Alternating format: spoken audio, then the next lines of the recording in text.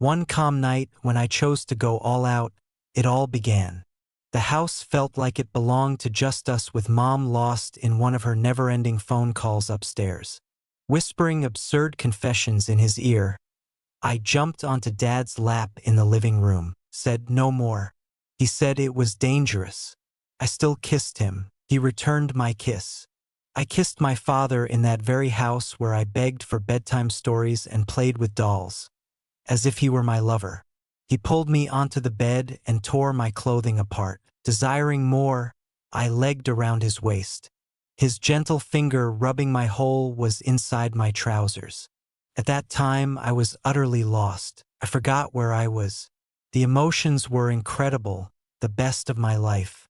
I simply had to go for it. He struck me with such intensity, as though he had been waiting for this moment for all time. My name is Celeste. I confidently grab whatever I want. This is the narrative of how I pushed the unthinkable. If you're new here, indeed, this is my channel. Good to see you again. If you're new, remember to subscribe, like, and press that notification bell. Hello, returning subscribers. Thank you for stopping by. Let's get started. Raised in a snug castle, not your usual castle with stone towers or golden thrones, but a slick suburban fortress in Chicago with polished floors, luxury furniture, and a walk-in closet bigger than most bedrooms. Dorian and Vera constructed everything for me. The world was given to me on a silver platter. Anything I wanted, dresses, phones, holidays, I received. I didn't have to work for anything. All I had to do was grin or frown, and everything fell into place. Perhaps that's where it began, the notion that I could have anyone, even him, maybe too much. School was the same. Teachers raised my marks over what I actually deserved. The lads looked up to me. The ladies envied me. With only a whisper or a touch, I could change the mood of a room. I felt no shame about it. I wanted power and relished every second of it. At home, it was a totally different tale, more dangerous. Dad was always attractive. He had a classic appearance, tall, muscular arms, a voice like gravel and velvet. He excelled in finance, coming home beaming triumph. As a child, he would call me his girl and whirl me around. I would chuckle and melt in his arms. But after I turned 18, everything changed. His hugs felt different and lasted longer. He wasn't only holding his daughter anymore. I saw items. Wearing only a shirt, I walked into the kitchen and his stare remained fixed. His hands stayed on my shoulder just a little too long. He always stayed inside limits, never crossing the line. I could sense it. The tension was obvious, the interest. It was as though he questioned who I would become. I wasn't as well. Always on the move, Mom was always attending girls' dinners, yoga classes, and charitable activities. She adored me totally. I believe she relied on me a little too much. Perhaps she simply had too much faith in Father. The house slowly became into ours, just him and myself. Perhaps I originally imagined it. Perhaps not. Started as a little spark, though. I'd strut about in tight shorts and bend too far to get anything. Inquire whether he believes my new clothing makes me beautiful. At first, he would simply chuckle, shake his head, and pretend I was being absurd. I saw the spark in his eyes. I walked past him in the corridor and his breath caught. Then it struck me. He was in sync. The line we were never supposed to cross? It was already a haze. Dressed only in his button-down shirt, one night I walked into the living room. He lay on the couch reading a book. I grabbed a Coke from the fridge, sat down beside him, and acted as though it was nothing. His body became rigid. He looked away from me. What is going on? I tucked my legs beneath me. He said, "You should put something on, Celeste." For what reason? I pretended to be innocent by tilting my head. I have worn a swimsuit previously. That's unusual. I moved closer. Seriously? No answer. Got up and ran out of the room. That was a seductive one. I waited for Mom to leave for her weekend spa trip the second time. All was in place. Dim lights, music, wine. I asked Dad to see a film with me. I told him I miss our time together. He sat next me, anxious and wary. I chuckled far too loudly. Leaning in to refill his drink, I touched his knee. Halfway in, the film, resting my head on his shoulder, I could feel his body humming under my cheek like a live wire. "You're inebriated," he said. "Not prime-lit." Feeling good, he sprang up and went to bed. One more setback. But he was falling apart. Third is a daring choice. Try Sunday morning vibes. Mom attended church. I assumed Dad would be in the den, engrossed in a novel. Clad just in lace panties and a tank top so thin it was almost see-through, I walked in. Leaning forward to hand him his coffee cup, I held it firmly. I pleasantly chimed, "Morning." He looked up and froze in his tracks. His eyes moved down my body to rest on my thighs. Turning away, he shut his eyes. "Dress now." "Why not?" "I was kidding. What you observe does not seem to impress you." His jaw grew tense. "I am your dad." You skipped the query. I sat on his lap. He released me.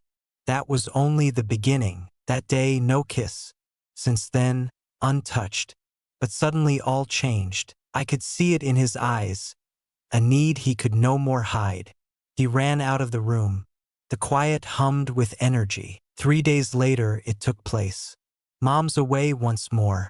Dad stepped in wearing his robe, bedhead on alert, barefoot in the kitchen dancing to music and preparing a midnight snack. "You should be in bed," he said. "You certainly should." He came closer. I remained still, fixed my gaze and grasped the time. He gave me a kiss. It was utterly genuine, embarrassing, and uncertain. There was no turning back once that line was crossed. That evening, he guided me to the couch in the living room and said I was his. Surely not his daughter, his woman. We remained quiet the following morning. Regarding it, we looked at one another, a combination of shame and thrill igniting between us. I thought it would stop there, only one awful mistake. But it did not succeed. Waves pulling us down drove us headlong in. That was incorrect. Wound. We simply could not stop. I really didn't want to.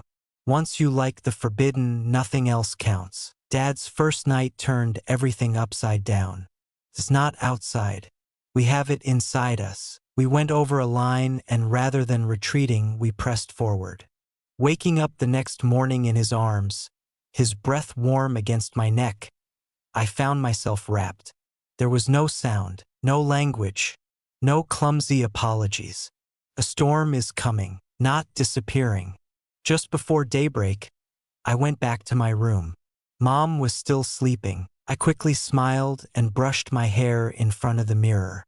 No shame here, no evidence of life. I was unrelenting, amazing, loved. Men are attracted to what stirs their enthusiasm. What about Dad? I ignited emotions in him that Mother had not felt in years. It started to happen, more often. Whether she was home or not, I'd sneak into his room late at night. There was silence between us. Not necessary. He had lost hope. He belongs to me now. I understood precisely how to retain him. I would wear his preferred hues, cook for him while Mom felt overwhelmed, laugh out loud, include his ridiculous puns, sit on his lap pretending to be interested in my phone. Once I left a hickey on his neck. Hoping to conceal it from Mom, he piled on cosmetics, but she caught on. He said a curling iron caused it to burn. She had faith in him. She always had faith in him. Her eyes showed me the bewilderment. Her look on him as he collapsed at my jokes was electric. When he removed a chair for me, leaving her standing, her stare was severe. She felt it, the shift. She had no clue how far it truly went. We also did not. I went all out one night. Mom was upstairs, deep in a lengthy phone call. Whispering absurd secrets, I jumped onto Dad's lap in the living room, into his ear. He ordered, "Stop." He said it was dangerous. I still kissed him. He returned my kiss. And all of a sudden, in the very house where I previously begged for bedtime stories and played with dolls, I was crossing a line I could never uncross. I kissed my father as though he were my lover. Mom's footsteps made me jump up and run into the corridor. He straightened his clothes and fixed his hair for days. A second later, she stormed in, her eyes racing between us as though she could feel the reality but lacked the words to say. That. She remained quiet. Simply enter the kitchen. We almost got caught. But what about the thrill? It only drove us to want more. It had developed past simple desire. Concealed domain. A warped utopia. Ours only. How about we meet in the garage? The room for laundry. His own. Workplace. Mom was preoccupied laying the table, so I pulled him into the cupboard. Only 5 minutes. Adelini a devilish grin. We were addicts, feeding one another's desires. I could feel him sinking more. His messages become more daring. He continued to gaze. One day I found a new jewelry resting on my bed. No message, no need for an explanation. A modest present. I killed it at supper. Mom enjoyed it. Dad almost choked on his wine. I smiled. Then fissures started to show. He shot questions. After their night together, he laid in bed gazing at the ceiling. What is the strategy? He asked. I simply shrugged. Having fun together? Celeste, this is not correct. Stop. He simply could not. At times he would look at me, profound pain in his eyes, as though he hated ever yielding. I was wiser. That pain? Not feeling guilty. It was simply hungry. He was really committed. He wanted me like a drug. What about myself? I was riding the wave of power. We lowered our guard. Untidy. For breakfast, I put on his shirt, and Mom's stare fixed on me for a full minute. Came from the washing basket, I remarked. Though she was quiet, I could tell her mind was racing. She started watching us more closely. No more regular excursions. Stop her yoga classes. Retreat on weekends called off. Her eyes followed us as though we were strangers wearing her family's features. Then the error took place. Sunday has come. Dad and I simply came back from the shop, laughing at a stupid joke I shared in the car. I instinctively took his hand. Much too familiar. Much too soft. Mom got it. She hesitated to answer. She just watched. She was aware. I was aware. Dad stormed into my room that night. He remained completely clothed. He never touched me. Face ashen, he sat on the edge of my bed. She's starting to question, he said. I remained quiet. This cannot go on forever. I jumped up, terrified. Indeed, he murmured, leaning closer. My fingers brushed his knee, toes out to the side. He looked my direction. Our quiet grew more intense. His face showed the conflict between who I had turned him into and who he once was. That night, though, he remained in my room. It was then that I understood he had chosen. Mom might have felt the storm coming. She may have seen the signals, heard the whispers, felt the treachery in the atmosphere. Nevertheless, it was too late. We had finished hiding. We were completely absorbed in it. The silence following Mom's departure struck me like a freight train.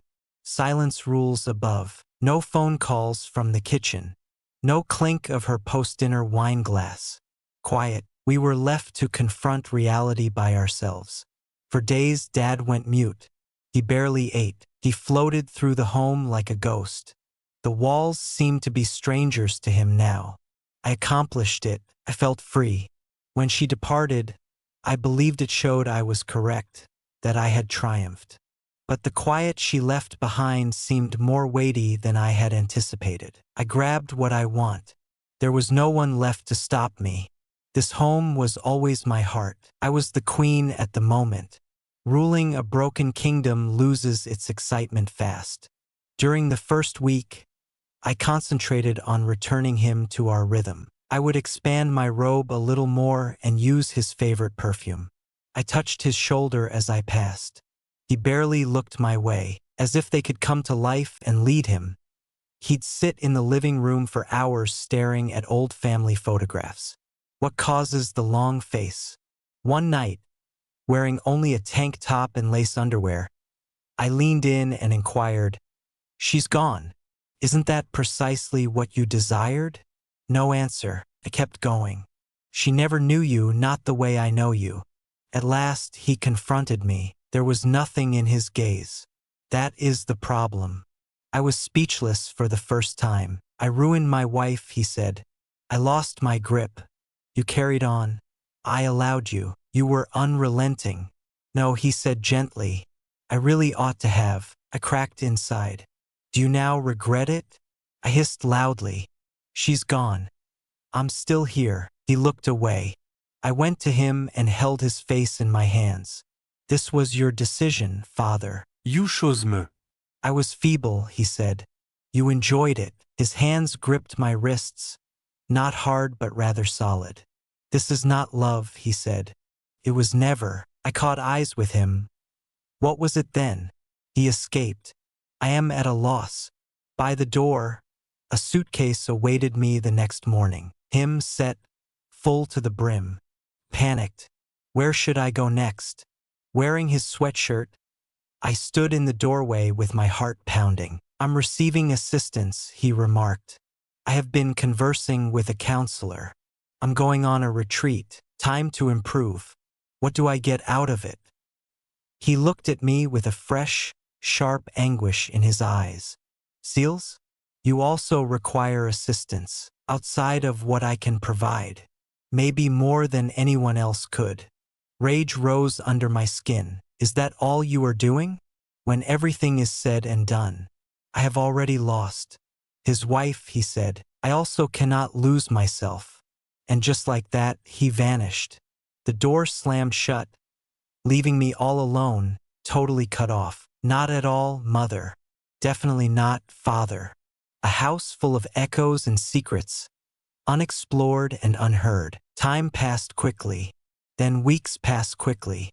I rang him, nothing back. I called Mom. None. Zilch. Nothing. The home cooled. Dust gathered in the corners. No more cologne for me. Stopped combing my hair. Some mornings I hardly got out of bed. I thought I could handle it. They were unnecessary for me. I certainly did. Though I had all my games and power, I was still simply a girl with no one to play with. One afternoon, I came across a picture buried in the drawer beside Dad's bed. We stood beside the lake, absorbing the summer heat. Mom's hand is on Dad's back. I wrapped my arms over each of them. We appeared ecstatic. All done. I looked at it closely. I ripped it in half. None fell. No tears present, but I felt a fracture within. A quiet break that reflected suffering but would not heal. The house remains mine months later. It simply no longer feels like home. Just a shell, cursed with a horrible history. Mom never came back. Dad mailing postcards from the treatment facility. They're short, polite, far away. He now signs them Dorian, not Father. He left a long time ago. I sometimes end up in the den, the original site of everything. My fingers follow the couch where I originally straddled him, where I first murmured secrets a daughter should never divulge. Did I cease? Would he have as well? But then I understand I do not wish to stop. He didn't either. That is the reality for both of us. Confront. Wall with stains. Simply cover it with paint. The rot underneath continues to spread. How about this house? It may last, but it will never be clean again. We burned a family. We're now engulfed in smoke. Mom's meltdown took place on a calm day. Method. Too silent. Started off like any other day. Sunlight breaks through the windows.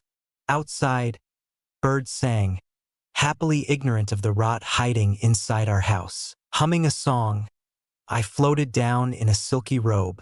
Dad was already making coffee in the kitchen. He looked up as I entered, eyes racing over me with that well-known expression. Desire and guilt clash. Still, something was surely wrong. Mom was absent from her normal seat. Her cup of coffee was still empty. There is no scent of her in the air. I never inquired. I really don't care. The house seemed to be already mine. Morning greetings, whispering. I brushed past Dad, fingers sliding across his back. He answered slowly, following. Celeste, this has to stop right now. I stop, blink, and face him. Why not? She heard him say it softly. She's almost there. I can feel it. I laughed softly. Okay, she is weak. She is not acting. He stared at me as though I were a total stranger, totally terrifying. Still, we are here. He remained still as I leaned in for a gentle kiss. Still, he returned my kiss. That was all. He always kissed me back immediately. Little did I know, Mom had been up for hours just upstairs. I had no clue she heard us. The previous night, outside her door, the floorboards creaked gently. I heard muffled whispers, those chuckles, a quiet that screamed treachery. She had seen the indicators for weeks, but now she knew. She remained awake till noon. Her visage was ghastly white. It seemed as though all the hue had gone. She stayed away. My look. She fell onto the couch. Her hands were clasped in her lap. I remained at the door, calm and collected, confident. Hi, Mother. Is everything all right? Have a seat, she murmured. I glanced quickly at Dad. He remained still, stuck behind her. His hand trembled with a coffee cup. Celeste is coming. I walked into the room and sat down opposite her. Legs crossed. The rope came off my shoulder somewhat. She kept her eyes fixed. I longed for the truth. She looked straight past me. I wasn't faking to be confused. What truth? I brought it up only to gauge how things would turn out. Her lips became a thin line. Stop acting as though you are unaware. You believe I have not seen? Your look at him. His eyes are electric. Your linens have stains, I see. My bed still has scent. I am no idiot. Dad relocated. Vera, stillness. She snapped, her voice quivering. Her gaze returned quickly to my own. Celeste, what's up? Are you sleeping with your father? A chill spread across the room. Dad let the mug fall from his grip. Fell to the ground. The tiles were splashed with hot coffee. Everyone remained still. I turned my head. Would you have me lie? She flinched. That was all the response required. The quiet persisted for an eternity. Utterly spent, Dad fell into the armchair. Mom simply stared. What about my situation? I remained concentrated. How could one accomplish that? Finally, she murmured, Your father is him. Definitely not. Nice voice, I remarked. He is your guy. You just lost the drive to keep him interested. She struck me. Difficult. Though my cheek ached, I held my ground. I grinned. Understood, I said. Your actual self. Tears filled her eyes. She turned to Dad. When will it be? He remained quiet. When is it? She screamed loudly. Disintegrating like paper, he hid his face in his fists. Month, she gasped and fell back like though he'd hit her. I gave you everything. She cried. You own this family now. This location. You ruined everything, my fault, he said softly. Still, you went for it. She screamed out sharply with her. Her voice cracked. She looked at us, eyes wide, as though we were unknown. Beasts. She started laughing, a haunting, broken laugh. It's time to contact the cops. She wiped her face of tears. I'll bring you both down. Not likely, I said, cool as ice. You love him far too much. What about myself? You never really controlled me, did you? That broke her. She became quiet. Like a ghost, she floated upstairs. An hour later, she came back pulling 2 bags behind her. Dad sprang up, confused. Vera, she looked at him one last time. Your choice is done. She gave me a look. Her eyes were dead.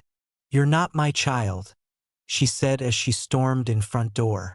Then, just like that, she disappeared. Stay cool. No throwing things about. No last-minute asks, just the weight of our deeds and silence. Dad remained motionless for what seemed like eternity. "This isn't what I wanted," he eventually murmured, his voice empty, almost as if he were simply thinking out loud. But neither of us had stopped it when we still could. I said, "But you didn't stop it either." He looked my direction and I saw it. Missed out. Opportunities. Shame. Deep inside, something is cracking. Still, he didn't tell me to go. He still didn't say it was finished. We had destroyed her and we remained resolute. Have you ever been in a circumstance like this? I understand. Your mind is racing, including options. What did you do?